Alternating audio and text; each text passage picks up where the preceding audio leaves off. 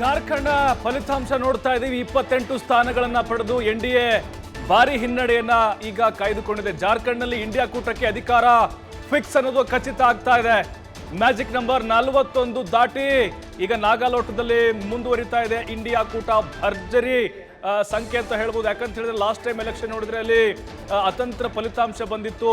But ಈ ಬಾರಿ ಸ್ವಲ್ಪ ವಾತಾವರಣದಲ್ಲಿ ಜಾರ್ಖಂಡ್ನಲ್ಲಿ ಡಿಫ್ರೆಂಟ್ ಆಗಿದೆ. ಯಾಕಂದ್ರೆ ಹೇಮಂತ್ ಸೋರೆನ್ ಅವರು ಏನು ಜೈಲಿಗೆ ಹೋಗ್ತಾರೆ, ಇಡಿ ಅವ್ರನ್ನ ಬಂಧಿಸುತ್ತೆ, ಕೇಂದ್ರ ಸರ್ಕಾರದ ಮೇಲೆ ಆರೋಪಗಳನ್ನ ಹೊರಿಸ್ತಾ ಹೋಗ್ತಾರೆ. JMM ಆಗಿರ್ಬೋದು, ಕಾಂಗ್ರೆಸ್ ಆಗಿರ್ಬೋದು, ಈ ರೀತಿಯಾಗಿ ಕೆಲವೊಂದಿಷ್ಟು ಮೈತ್ರಿ ಮಾಡಿಕೊಂಡಿರುವಂತಹ ಪಕ್ಷಗಳು ನೇರವಾಗಿ ಬಿಜೆಪಿ ಮೇಲೆ ಆರೋಪವನ್ನ ಮಾಡ್ತವೆ.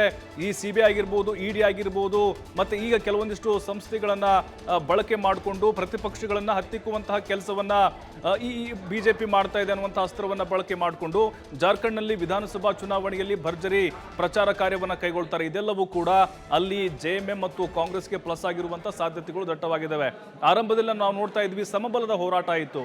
ಯಾಕಂತ ಹೇಳಿದ್ರೆ 30 ಮತ್ತೆ ಅದರ್ಸ್ 1 ಅಥವಾ 2 ಸ್ಥಾನಗಳಲ್ಲಿ ಮುನ್ನಡೆಯನ್ನ ಕಾಯ್ದುಕೊಂಡಿದ್ರು. ಬಟ್ ಈಗ ಬಹಳ ಕ್ಲಿಯರ್ ಆಗಿ ಗೊತ್ತಾಗ್ತಾ ಇದೆ 50 ಸ್ಥಾನಗಳನ್ನ ಈಗ JMM ಪ್ಲಸ್ ಅಂದ್ರೆ ಅಲ್ಲಿ ಇಂಡಿಯಾ ಒಕ್ಕೂಟ ತೆಗೆದುಕೊಂಡಿದೆ ಅಂತ ಹೇಳಿ. ಬಟ್ ಇಲ್ಲಿ ಬಿಜೆಪಿ ಬಹಳ ಆಶಾ ಭಾವನೆಯಲ್ಲಿತ್ತು.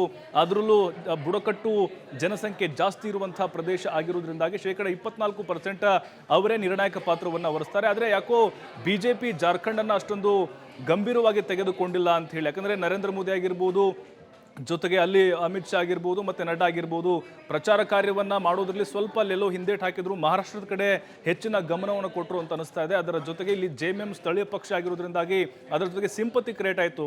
ಏನು ಹೇಮಂತ್ ಸೋರೆನ್ ಅವರು ಇಡಿ ಅಧಿಕಾರಿಗಳು ಮತ್ತೆ ಬಂಧಿಸಿದ್ದು, ಅವರು ಜೈಲಿಗೆ ಕಳಿಸಿದ್ದು, ಇದೆಲ್ಲ ಒಂದು ಕಡೆ ಸಿಂಪತಿ ಕ್ರಿಯೇಟ್ ಆಯಿತು. ಮತ್ತು ಚಂಪೈ ಸೋರೆನ್ ಅರ್ಧಕ್ಕೆ ಅವರು ಪಕ್ಷಾಂತರ ಆದರು ಬಿಜೆಪಿ ಕಡೆಗೆ.